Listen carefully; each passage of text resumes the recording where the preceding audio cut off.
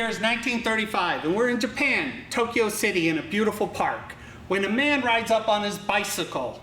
And as he gets off his bicycle, you notice a big wooden box on the back of his bicycle. Well, he starts by lifting up something that looks very interesting, and then he picks up his hiyogoshi and starts clacking. Kamishibai! Kamishibai! And immediately all the children come running up. Reaching to the side of his box, he opens a drawer and starts getting candy out and making little candy animals for the children as he sells the candy to all of his potential audience. Having decided he's reached the point where it is time to begin, all the children sit down and prepare for the story. Oink, oink, oink. What is that sound? Oink, oink, oink. Oh, what is it? What do you think that is? No? Oink, oink, oink. What do you think? Nobody knows. Well, it's a little pig. It's a sad little pig because he's such a little pig. Nobody wants to be a little pig. But we know magic words, and with those words, we can make this pig grow big. Those words are grow, grow, grow, as big as you can. So when I count 3, I want everybody to say, grow, grow, grow, as big as you can. 1, 2, 3. Grow, grow, grow, as big as you can. Oh, look. It's a big pig. It's like me, a very big pig. It's a happy pig. We like happy pigs. Oh, what is this? It's a little egg. So what do you think's in the egg? How about you? What's in the egg? I don't know. You don't know? Oh, well, we know magic words to make it a big egg, don't we? So when I count 3, let's do our magic words. 1, 2, 3. Grow, grow, grow as big as you can. Oh, that's a big egg. But look, it's cracked. Something's in the egg. What do you think it is? Could it be a chicken? Maybe a turtle. Or maybe it's a dinosaur. Yay! Oh, what's next? It's a cake. It's a little cake. Who likes little cakes? I do. You do? I like little cakes. Oh, no, we like big cakes, don't we? So we know magic words. 1, 2, 3. Grow, grow, grow as big as you can.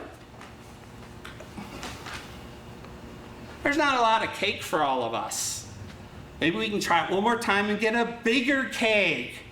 So, 1, 2, 3. Grow, grow, grow as big as you can. Oh, look at that cake. It's a big cake. There's a cake for you and cake for you. Thank you for my first story, Oshima. My name is Daniel Roy, and I'm here to teach you about Kamishibai.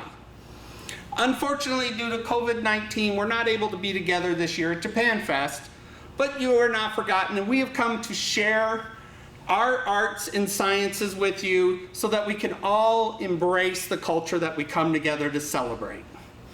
And we will be back next year. So, Kamishibai. I was introduced to Kamishibai about 2 years ago, and when it was first introduced to me, I thought it was this cute little storytelling thing. But then I started doing research and I learned more and more about Kamishibai. At one point, it was a major form of entertainment in Japan. Millions of people a day would watch Kamishibai stories. The stories got so popular that at one point, just like video games today, the Japanese government was a bit concerned.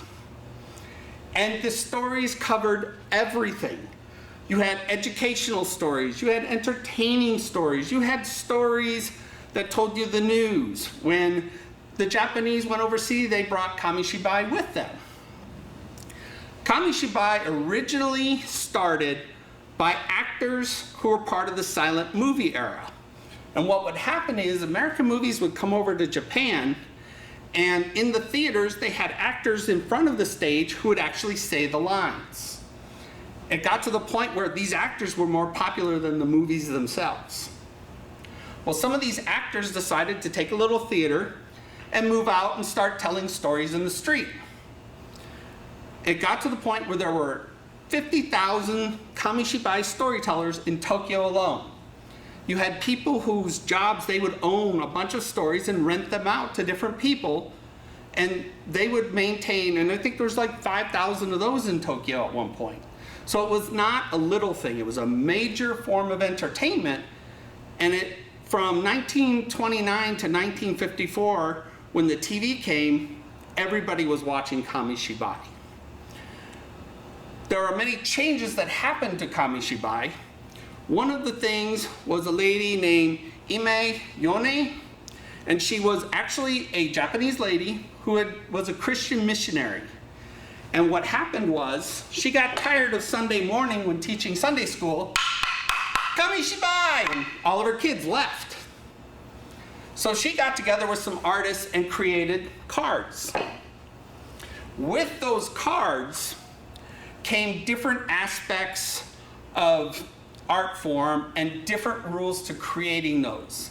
And after one of my stories, I'll get more into the artwork, but I thought what I'd like to do is start with my next story. A long time ago, there was a priest and his apprentice. And they lived happily together, but one day the apprentice went walking out in the woods, and he came across an old lady. And the old lady was like, "Oh, I am so glad to see you. I am your mother's brother, sister, southern ex-cousin, third removed, fourth neighbor." And the apprentice was like, okay. And she said, "I would like to invite you for chestnuts." "Oh, I do love chestnuts," the boy said. "I will come." She says, "Good." And she disappeared. So he ran home to his master, his priest, and he said, "I would love to go see my sister's brother's niece's fourth, never mind, she's family, and I'd like to go eat some chestnuts. Please, please, can I go?" "Oh, no," said the priest. "There are Yamamba in the woods. Very dangerous, you should not go." "Oh, please, please, I do love chestnuts." "Okay, you may go.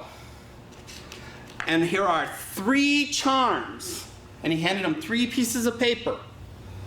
And he says, "If you are in danger, use those charms." So the boy ran off, and he met with the lady, and he started eating chestnuts, and he ate and ate till his tummy was just so full of chestnuts that he was just started getting sleepy. "Oh, little boy, don't worry, your family, you could sleep here." So she brought him to a bed. And during the night he was sleeping, and he started hearing the rain. And as the rain fell, the boy started hearing stuff. So he got up, and he peered through the little hole in the wall. And he saw this monster there. Great big teeth, glistening eyes, as she spun her wheel. "Ah, little boy, are you sleep well?" "Yeah. Little boy, did you sleep well?" The boy was frightened, and he started to try and sneak out when she caught him. She says, "What's going on?" I have to go to the bathroom." "Well, I'm afraid you're gonna run." No, I promise. "I'm gonna tie this rope on you. Don't you run or I'll find you." So the boy walked out to the outhouse, and as soon as he got there, he pulled one of the charms out. Magic charm, help me please." And he put the charm onto the post. And he untied the rope and tied the rope to the post and took off running. Well, eventually Yomamba got a little anxious. Where you at, boy? Just a minute, said the magic charm. Where are you? Just a minute, said the magic charm. She pulled and she pulled, and the charm kept saying, just a minute. Finally, she got impatient and yanked the pole really hard, and it flew and hit her. Where are you at, little boy? I'm going to find you. And she tore out running from the house after the little boy. He ran through the woods scared. As he ran, he pulled out the second charm. Magic charm, please save me, and threw it down. A great river formed. And the mamba looked at the river and said, water will not stop me. And she jumped in the water and was swimming. Oh, the water won't stop me. The boy ran as fast as he could.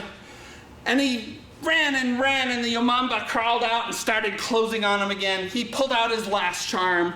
Magic charm, please help me, and threw it down. A great big pile of sand formed. And as the Yomamba tried to climb it, she would put one hand in and sink. And she's like, I'm not going to be stopped by sand. And she climbed, and the boy ran. And finally, he ran up to the gate of his temple, and he was pounding on the gate. Master, let me in. Who is it? Said the priest. It's me, open up. Just a minute, I need to put on my underwear. Master, I gotta put on my kimono, just a minute. Master. Finally, the priest opened the gate, and the little boy ran in, and just as he hid in the cabinet, the Yomamba came up. Where is that little boy? I saw him running here. Well, hold on, said the priest. I bet you're hungry. What? Do you like rice cakes? Oh, I do love rice cakes. We should sit and eat rice cakes. So we got the rice cakes out, and as they ate, he started talking to the Yomamba. I heard Yomamba can change their shapes.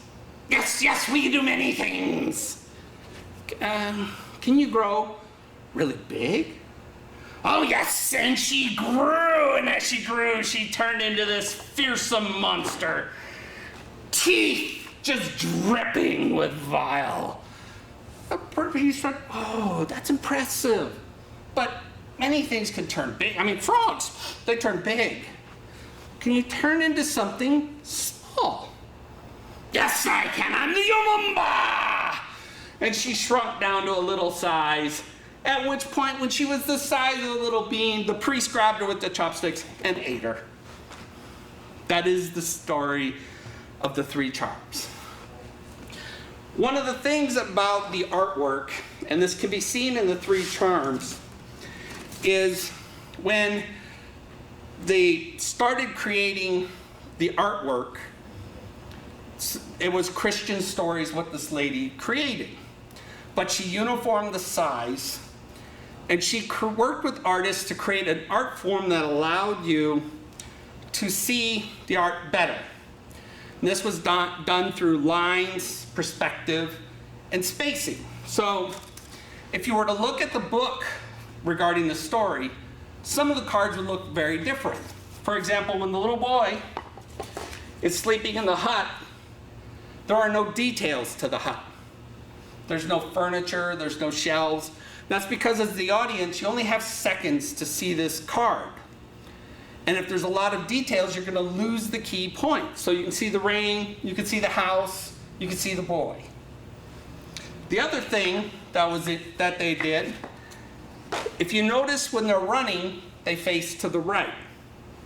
And that's because when I pull the card, it looks like she's running. Where if I push the card, it looks like they're moonwalking. So these were things that created the artwork and led to what we think of Kamishibai today. Now, if you ask who is the current first superhero, who is the first comic book superhero? Any guesses? Most people will say the Phantom. 5 years before the Phantom there was a Kamishibai character named Golden Bat. Very, very popular. And this is what he looked like. And when they told the Kamishibai stories, they had cliffhangers. So I'd come this Saturday and I'd hear the story of Golden Bat and the great adventures. And then I have to come back next Saturday to find out what happens. This is a very good book. Covers all kinds of artwork of Kamishibai. And as you can see, there's some very detailed, very beautiful pieces of artwork. There are many stories, and they usually followed a certain formula. So you had a funny story with a humorous character. Then you had a drama piece for the little girls, and you had an adventure piece for the little boys. And every Saturday, they would gather around to hear these stories. One of the things that happened when TV came out, Kamishibai went away. And the original name for TV in Japan, and I get this wrong every time in pronunciation, so hopefully my audience can help me. Danka Kamishibai, Electric Kamishibai. Did I say that right? Electric.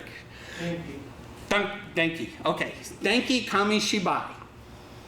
And so all these artists suddenly became unemployed, but what they did was they moved into manga and anime. So a lot of your current stuff out there actually owes its origin to Kamishibai. The next story I'm going to tell, it's my favorite. It's a bit scandalous. So a long time ago, there was a beautiful lady. She was perfect speech, perfect poise, always cooked the perfect dinner. Beautiful lady. But she had one little flaw. That is, she farted. And I mean really big farts. But she still lived a very happy, successful life. And her mother found her a husband. So they had a beautiful wedding, and she went to live with her family, and her family loved her. She worked hard. She took care of the house. She always made sure her mother-in-law was happy. She was the perfect bride. Till one day, they were working in the house, just the mother-in-law and the daughter. And the mother-in-law looked over and she was like, "Daughter, what's wrong?" "Nothing, everything's okay." You look a bit stressed." No, it's okay." "No, please tell me, we are family." "Well, I got a fart." "Oh, please, we all do it. I let one go every so often when the men are away. Let her go." "Okay, but can you go over the door and hang on to the door frame?" "What?" "Hang on to the door frame, please, just for me." "Oh, okay." So the mother walked over to the door frame, and the daughter bent over. Finally, the daughter kaboom! And blew the mother-in-law out of the house. She flew through the air, and she landed in the pasture where her son and her husband were working. "Oh my God, Mom!" ran the son. "What happened? What happened?" "Well, your daughter, your wife, she farted." "What?" She farted." Oh my God, we can't have that. Well, we're gonna have to take her home. Bring her back to her family. That's not appropriate." So the son loaded up the crying bride on his horse and started taking her back to her family. When they came across some children at a pear tree, and they were throwing rocks. You're doing it wrong. Let me try. No, I got it. No. Oh, I want a pear. And finally, the bride walked up to him and said, I can help. Really? Yeah, but you guys need to step back. Oh, okay. So she walked over by the pear tree, lined up, boom, and blew all the pears out of the tree, and they fell along the ground, patol, patol, patol. And all the children ran up and started eating pears. Oh, these are so wonderful, these are so good. Oh, and their juice is dripping down, and they were so happy when up rode a nobleman. What's going on? Well, we have these beautiful pears, one of the child said. Oh, I do love a pear, and I've been very hungry. Can I have one? And he started eating the pears, and oh, they were so delicious. And finally he says, well, how did you get the pears? And the bride, very embarrassed, told him how she got the pears out of the tree. And the emperor, oh, that is such a beautiful talent. We need more people who are talented like you. And he gave her many gifts and thanks. And she took her gifts and her husband, and they went home and lived happily ever after. Oshimai. So, Kamishibai, like I said, is an old form of art. It is a whole genre. It is just not a little theater and a storytelling. But it is seeing a rebirth right now in education. The stories by themselves is good entertainment, but what a lot of people are starting to do is take their class and provide them the tools and the instructions so that they can start making their own stories. And the ones who make their stories now are learning some great skills for life. When a child is making a story and telling a story, they're learning creativity. They're learning organization, because Kamishibai stories are only 10 to 20 cards. So they have to tell their story in 20 cards. They're learning public speaking because now they have to tell their story. They're learning creativity. They're learning so many great aspects that will help them through life. And it's fun. It burns energy. The children are not sitting at a desk. They're up here and they're getting creative. So there's a lot of good information out there on educational programs for Kamishibai. And you can also reach me, Danial Roy. I've got a Facebook page, Kansas City Kamishibai. So reach out and find that information. There are local teachers that have started doing this, and they just love Kamishibai. So once again, I'm getting ready for my final story, and I want to thank Heart of American Japan, American Society, hopefully I got it right, for inviting me here to get an opportunity to share something that I really have discovered and I'm really enjoying, and it's something I really want to see going more in Kansas City, not just me, but anybody who's interested. And so my final story is a very famous story, Momotaro the Peach Boy. A long time ago, there was an old man and an old woman. They had no children, but they were happy. And one day the woman decided she was going to go down to the garden, the river, and wash clothing. So she goes down to the river, and she's washing, shabu, shabu, shabu, when this peach comes floating down the river. And it was a beautiful peach, perfect peach. The peach we all dream of. And so she took this peach and she brought it home to her husband.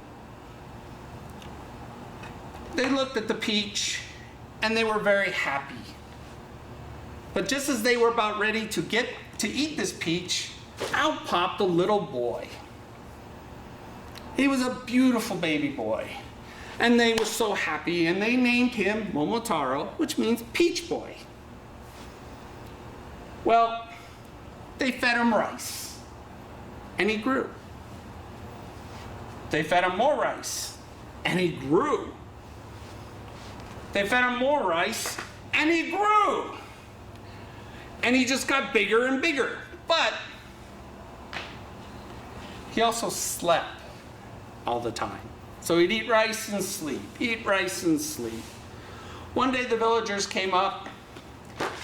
Momotaro, we need wood. We need you to help carry some wood, said Momotaro. Next day, Momotaro, you really should work. Third day they came. Momotaro, you must come help. Momotaro, okay, fine. Momotaro got up, walked out to the forest, threw a big tree over his shoulder, and came walking back with the wood, and everybody was excited. So, one day, Momotaro, of course, was sleeping. All of a sudden, boom, crash! Ogres storm in and they start grabbing gold and grabbing children and grabbing young women. And as the villagers ran to Momotaro, Momotaro, you must help. Momotaro, you must help. No, we have to help. So, maybe if everybody yells, wake up Momotaro, includes the folks in back, maybe we can get Momotaro to wake up. 1, 2, 3. Wake up Momotaro. Y'all died. Come on, you're not gonna wake up Momotaro with that. He's still asleep.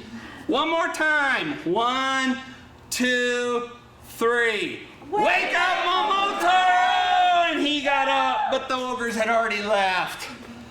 So he says, I will go find them. But first, can you make me some lovely millet dumplings? So the husband grinded them, and the mother made some beautiful millet dumplings. He put in his pouch and he took off down the road. While he was walking down the road, a dog came up. What's that smell? What's that smell? Oh, those are the finest millet dumplings in Japan. Oh, can I have one? Can I have one? I'm on a mission. I must go fight the ogres. Give me one and I'll fight for you. I can't give you a whole one, but I'll give you half. Okay. The dog took it and they started walking down the road. A little bit later, they hear screech, and a monkey comes up. What's that? Oh, these are the finest millet dumplings in Japan. Oh, can I have one? I'll give you half if you come with us on our mission. Oh, of course. So they gave him half just as a pheasant came up. Screech, what's that? Oh, Momotaro explained their mission and offered them half, and the three of them left on a mission to Ogre Island. Soon they came to the ocean. Shoosh. And they looked at the great ocean, and they were very intimidated. It was big. It was far to the island. But they got a boat, and they got in their boat, and they sailed to Ogre Island. As they got close, the pheasant said, I will go ahead. And he took off flying, and he saw an ogre at the gate, flew down and started pecking his eyes. Oh, ow, screamed the ogre, please. At which point the monkey, when he saw the ogre on the ground, climbed over the fence and opened the fence. In rushed the monkey, in rushed the dog, in rushed Momotaro to the ogres. This monkey scratched, the dog bit, the pheasant pecked, and Momotaro grabbed up and he grabbed one ogre and threw it down, pulled another's ear, poked one in the eye. And eventually all the ogres were on the ground. Please, no more. Momotaro said, bring me the children, bring me the gold, bring me the women, and I will leave. All were brought to Momotaro, and he put them all in the boat. And he sailed back to his homeland, and all the villagers were happy. Be happy, villagers. Yay! Oshimai, that is my last story. Thank you for coming. Please, come see me again next year, and hopefully I'll have even better stories. Thank you.